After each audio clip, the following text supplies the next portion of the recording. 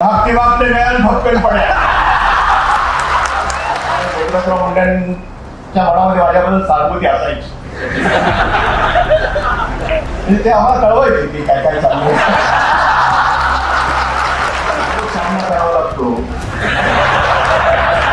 त्याला प्रहाराशिवाय दुसरा पर्याय काय? गोपीनाथरावजी मुंडे हे आपल्या शेजारचे आहेत. नेहमीच लातूरकरांना ते सहकार्य करत आलेले आहेत आणि त्याला पण आपलं सहकार्य सकाळी मला फोन यायचा की आज माझं जरा भाषण सभागृहात आहे. Understanding perfect. अरे पण राजकारण म्हणजे कटुता नव्हे, राजकारण म्हणजे असूया नव्हे, राजकारण म्हणजे द्वेष नव्हे, राजकारण हा वैचारिक लढा आहे. गरिबांच्या कडे पोचण्याचा आपला मार्ग आहे. मला हा मार्ग पसंत असेल, मला दुसरा मार्ग पसंत असेल. आम्हाला एक नवीन महाराष्ट्राच्या संस्कृतीला साजेस एक वेगळं राजकारण पुढे आणावं लागेल. हा माझ्यासाठी खरोखर आनंदाचा क्षण आहे. मी चंद्रकांत दरेकुंटे यांना मनापासून धन्यवाद देईन. या कार्यक्रमाच्या निमित्तानं आपण आमचे मित्र गोपीनाथरावजी मुंडे, नारायणरावजी राणे यांना एकत्रित एका व्यासपीठावर, ते केवळ लोकमन नाही तर हे एकमन आहे असा संदेश या कार्यक्रमाच्या निमित्तानं आपण सर्वांना दिला आणि लातूरकरांना एक वैचारिक सोनं लुटण्याची दुसऱ्यांदा संधी आपण दिली. गोपीनाथरावजी मुंडे हे आपल्या शेजारचे आहेत. नेहमीच लातूरकरांना ते सहकार्य करत आलेले आहेत.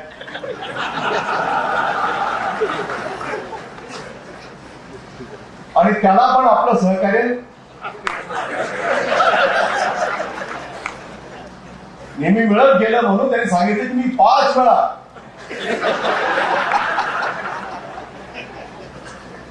तर तुझी आमची आठवण ठेवता हे काही कमी नाही. अतिशय मोकळ्या मनाचा. आणि मग मगाशी मला वाटतं की नारायणरावांचा सल्ला तुम्ही आता ऐका. त्यांनी सांगितलं की आमच्या 2 तोफा आम्ही तुमच्यावर लागत होतो, तुम्ही एक तोफ पळवली, दुसरी तोफ तर माझ्या सोबतच असते.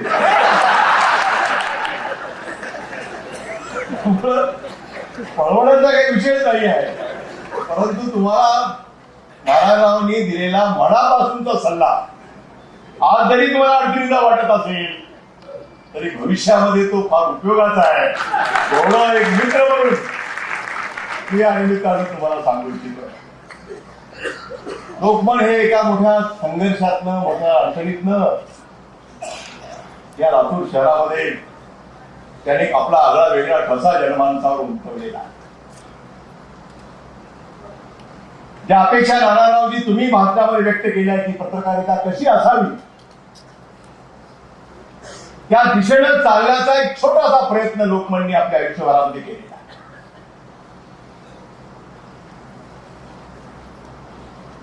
परवा त्यांच्या वृत्तपत्राच्या कार्यक्रमाच्यासाठी प्रहारचा दुसरा जेव्हा वर्धापन दिन झाला तेव्हा त्या कार्यक्रमाला मी हजर होतो आणि त्याला मी सांगितले की प्रहार ज्या दिवसापासून निघाला त्या दिवसापासून मी त्याचा वाचक आहे असं मी त्याला मागायचं सांगितलं त्यावेळी त्यांच्या कार्यक्रमामध्ये. खरं म्हणजे अनेकांना असा प्रश्न पडतो, ते म्हणाले की आम्ही राजकारणात आहोत, आम्हाला काही वेळा पेपर काढावं लागतो. आणि ती गोष्ट खरी आहे, ज्याला दररोज सामना करावा लागतो त्याला प्रहाराशिवाय दुसरा पर्याय काय?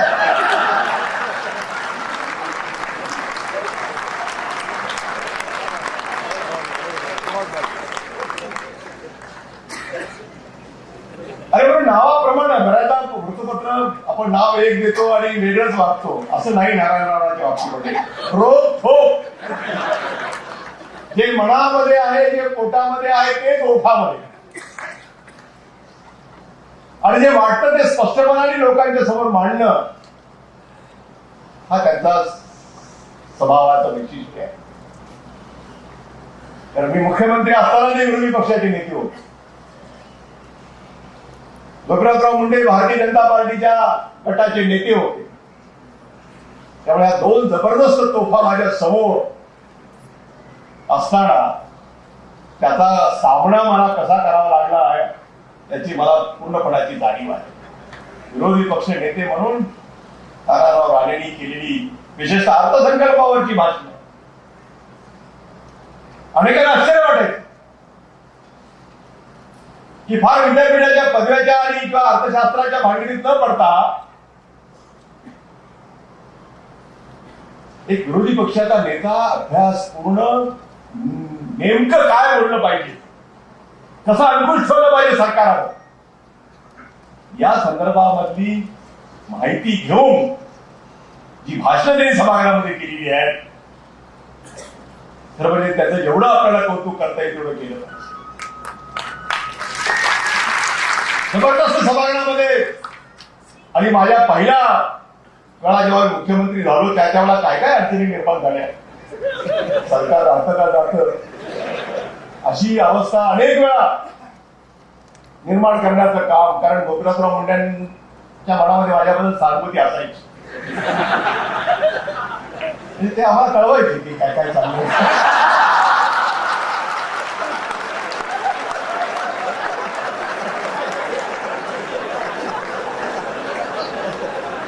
मित्र पक्ष म्हणून ते आमच्या विरोधात असायचे, परंतु वाटायचे की आपल्या शेताचा आहे, मराठवाड्याला संधी मिळाली आहे, आपल्या मुख्यमंत्री राहिलं तर बरं, एका दुसरं परळीचं काम होईल म्हणजे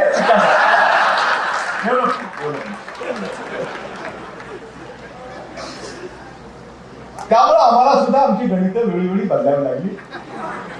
तुमचं आता मी कधी बाहेर कधी बोललो नाही, पण काही काही वेळा आता मोकळपणाने बोललं पाहिजे का नाही, काही राजकारणाला आपण आहोत, मनात काही ठेवणं बरोबर नाहीये, म्हणून त्या त्या वेळी जे तुम्ही आम्हाला मदत केली त्याबद्दल तेव्हा तरी आभार तुमचे मानले पाहिजे. अरे म्हणून विधानसभेमधला माझा त्या काळातला अनुभव गोपीनाथरावजी मुंडे यांची भाषणं, कारण त्यांच्यावर अनेक लोक म्हणायचे की तुम्ही सगळ्यावर टीका इतक्या जोरात जाहीर टीका करता, मुख्यमंत्र्यावर तुम्ही का बोलत नाही. त्याला कधी कधी वाटायचे की मुख्यमंत्री बोललो पाहिजे, म्हणून त्यांचा सकाळी मला फोन यायचा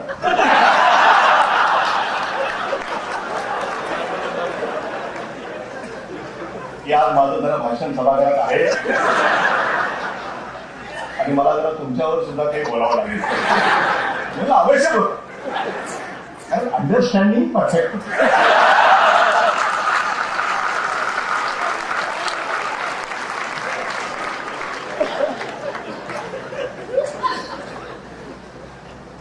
आणि मग जोरदार ते आमच्यावर पण टीका टिप्पणी करायचे. मी मात्र हसत हसत त्याला उत्तर देतो, कारण मला माहित होतं की काही वेळा काही रूल राजकारणामध्ये करावे लागतात आणि ते पद्धतशीरपणाने करावे लागतात. आणि मला आनंद वाटतो की आज आमच्या भागातला पहिल्यांदा निवडून गेलेला खासदार आज लोकसभेमध्ये उपनेता होतो, हे हा मोठा सन्मान आहे.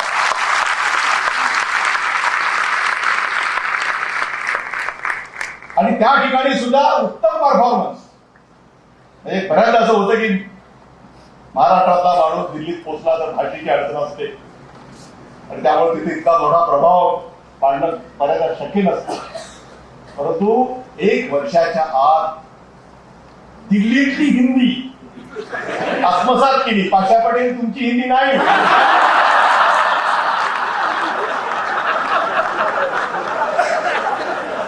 भागते भागते गया भक्कन पड्या.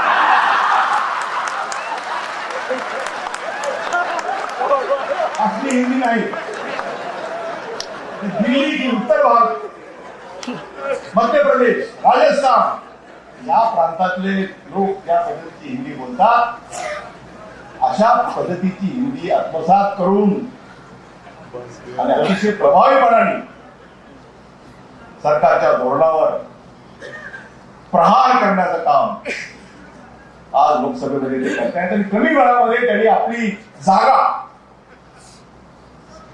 लोकसभेमध्ये आता त्यांनी पक्की करून ठेवली. त्यामुळे आता परत येण्याचा प्रसंग नाही. तर आपल्याला सर राष्ट्रीय पातळीवर लोक पाहिजेत आणि काही काही लोकांना एका विशिष्ट भूमिकेमध्येच आनंद असतो आणि त्याचा प्रभाव अधिक असतो. म्हणून विरोधी पक्ष म्हणून तुम्ही केलेली भाषणं, तुमचा परफॉर्मन्स हा आमच्या कायम लक्षात राहण्यासारखा आहे. आणि हीच भूमिका तुम्ही लोकसभेमध्ये अशीच उत्तम पद्धतीने पार पाडाल.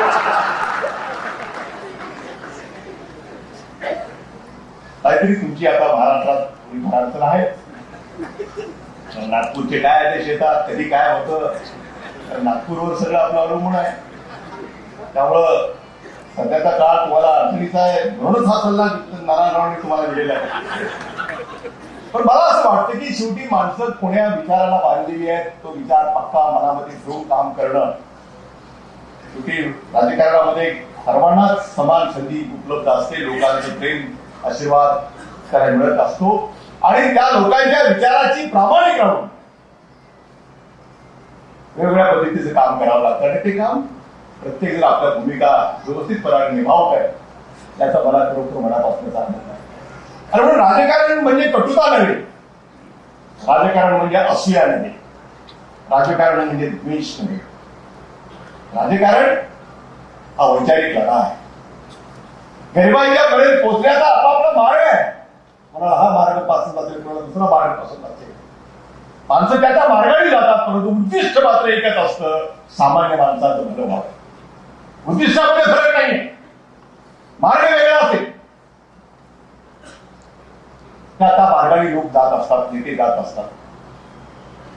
परंतु राजकारण म्हणजे काय वैयक्तिक शत्रुत्व नाही. ज्याच्या वेळा भूमिका घ्यायची असते त्याच्या वेळा कडाडून ती भूमिका घेणं आणि त्या विचाराला विरोध करणं हे काम करतच राहिलं पाहिजे.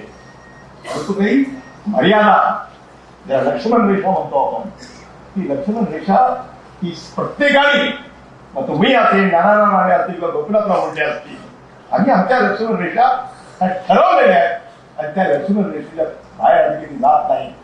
त्याचा अर्थ आम्ही एकमेकाला कायमच शत्रुत्वाच्या भावनेनं किंवा एकमेकाच्या वैयक्तिक उणीधुणी काढण्यावरच आमचा भर राहील असं नव्हे. निखळ मैत्री ही काही राजकारणात असते की नाही.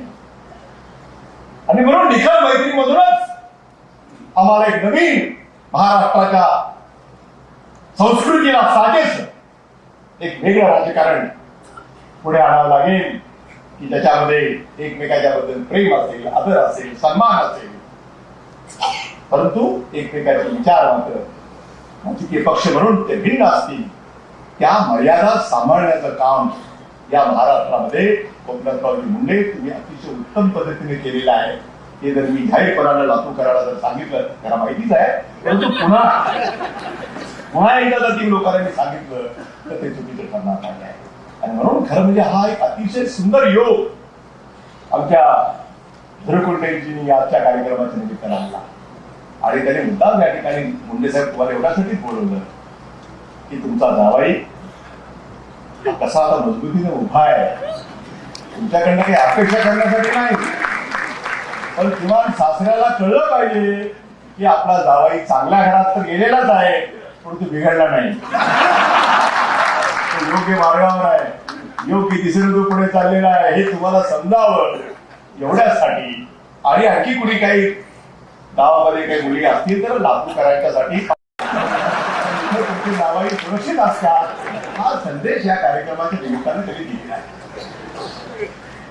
वृत्तपत्राच्या बाबतीमध्ये नारायणराव राणेंनी जे बोललं ते खरं म्हणजे हल्लीच्या काळामध्ये मोठं कठीणच काम आहे. मगाशी मी त्याच्या सभेत बोललो आणि इथे अनेकदा मी लोकांच्या समोर सांगितलेलं आहे की पूर्वीच्या काळामध्ये वृत्तपत्रामध्ये नाव आपले छापून येणं, फोटो छापून येणं म्हणजे थोडा आनंद वाटायचा. ते पेपर आम्ही कधी खाली ठेवतच नव्हतो. आणि काळ बदललाय. आम्ही राजकारणाच्या लोकांना तर पेपरमध्ये काही दिवशी नाव नाही आलं तर आपण सुटलो अशी भावना आता वाढीस लागलेली आहे. इतकं परिवर्तन आता या वृत्तपत्राच्या क्षेत्रामध्ये निर्माण झालेलं आहे. आणि म्हणून आणि स्पर्धा आहे, जीवघेणी स्पर्धा आहे. त्या स्पर्धेमध्ये एक टिकलं पाहिजे आणि त्या स्पर्धेमध्ये एवढंच आम्हाला विनंती करायची की किमान त्या स्पर्धेमध्ये आम्ही टिकलो पाहिजे, तेवढं तरी किमान तारतम्य काही प्रमाणामध्ये बाळगण्याची आवश्यकता आहे. तर तुमच्या स्पर्धेमध्ये आम्ही स्पर्धेतनं बाद होणार नाही याची ते किमान काळजी या क्षेत्राने घेण्याची आवश्यकता आहे. असं जर मी म्हटलं तर ते अन्यायाचं होणार नाही आहे. आणि म्हणून या सगळ्याच बाबतीतला जेव्हा आम्ही एकत्रितपणाने विचार करतो तेव्हा त्याच्यात एक चांगलं निर्माण व्हावं. लातूर हे प्रगती पथावर असणारं आमचं हे शहर आहे. एकेका वेगवेगळ्या दिशेनं या शहराची प्रगती झपाट्याने होते आहे. आज लातूर हे पूर्वीच्या काळामध्ये नकाशावर शोधावं लागायचं. आज ठळकपणाने देशाच्या नकाशावर लातूर आपल्याला लोकांच्या समोर आणता आलं. त्याच्यामध्ये पत्रकारितेचा सुद्धा फार मोठा वाटा आहे.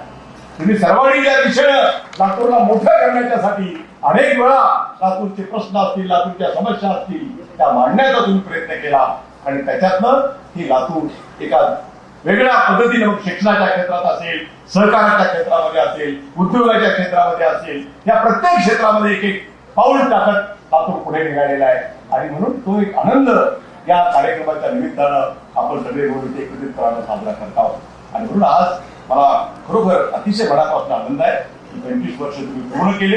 एक मोठा टप्पा आयुष्यातला तुम्ही गाठलेला आहे. आता तुम्ही 25 वर्षाचे झालेले आहात, परंतु तारुण्यात तुम्ही पदार्पण केलेलं आहे. 25 वर्ष आयुष्यातले हे फार महत्वाचे असतात. हा मोठा टप्पा आहे. आता इथून पुढे आपल्याला अशाच पद्धतीने पुढची वाटचाल करायची आहे आणि ती वाटचाल आपली योग्य दिशेने व्हावी यासाठी गोपीनाथराव मुंडे आपले महत्वाचे कार्यक्रम उशीर होतो तरी टाळून केवळ तुमच्यावरचं प्रेम, या पत्रकारितेवरचं त्यांचं प्रेम म्हणून ते आज आपल्यामध्ये उपस्थित आहेत. नारायणराव राणे हे आपले सगळे कामं सोडून आज आपल्या इथं लातूरमध्ये आलेले आहेत. आम्हाला सर्वांना आनंद आहे कारण आपण सगळे आलात. मी तर होस्ट आहे, मी काय पाहुणा नाही आहे, मी होस्ट आहे, यजमान आहे. आणि म्हणून पाहुण्यांचं स्वागत करणं हे माझं काम आहे. तुम्ही सगळे एवढे मोठे आमदार, एवढी मोठी गर्दी की ते घरकुंड्याला माहिती आहे की झाली सगळी गर्दी जमवण्याची किमया गोपीनाथरावजी तुमच्यामध्ये आणि नारायणराव राणे हे त्यांना माहिती आहे. आणि म्हणून लोक मोठ्या उत्साहात आले. खरं हा कार्यक्रम सभागृहाच्या बाहेर ठेवायची इच्छा होती आमची. तर तुमची फटकेबाजी आणि तुमचे सत्कार चौकार या 4 भिंतीमध्ये कसं काय राहू शकतात? हे तर अगदी बाहेर दूरपर्यंत जाण्याची ताकद ती तुमच्यामध्ये आहे. परंतु आजचे तुमचे सगळे चौकार सत्कार हे प्रेमाचे होते, ते आपुलकीचे होते. आणि म्हणून आम्ही कुणीही झेल मिळत असताना सुद्धा आम्ही ती झेल सोडून दिली.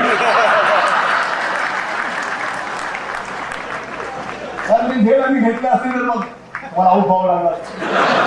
कारण तुम्ही सांगितले की मी आऊट झालेले नाहीये. मी फक्त रिटायर झालोय परंतु टायर झालो नाही. म्हणून तुम्ही प्रेमानं आम्हा सर्वांना पुढे बोलण्याची संधी आपण प्राप्त करून दिली.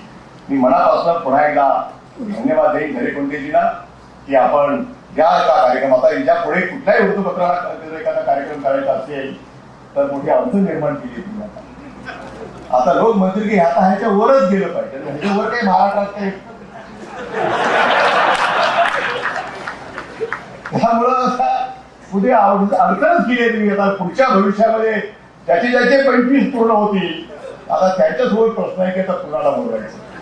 असा एक तुम्ही बेंचमार्क महोत्सवी कार्यक्रमाचा एक बेंचमार्क या कार्यक्रमाच्या निमित्तानं तुम्ही निर्माण केलेला आहे. आणि म्हणून मनापासून मी आपल्याला शुभेच्छा देतो. खरं म्हणजे आपण सर्वांनी आज पाशा पटेलची वेळ कमी असल्यामुळं त्यांचं भाषणाला आपण सगळे मुकलेले आहोत याची मला पूर्ण कल्पना आहे.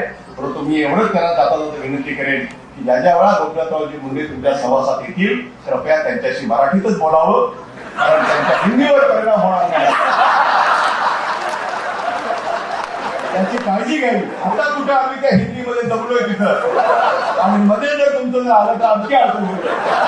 तेवढंच तथ्य तुम्ही पाहावं एवढी एक प्रेमाची विनंती मी तुम्हाला करतो आणि या कार्यक्रमाला शुभेच्छा देतो. धन्यवाद. जय हिंद, जय महाराष्ट्र.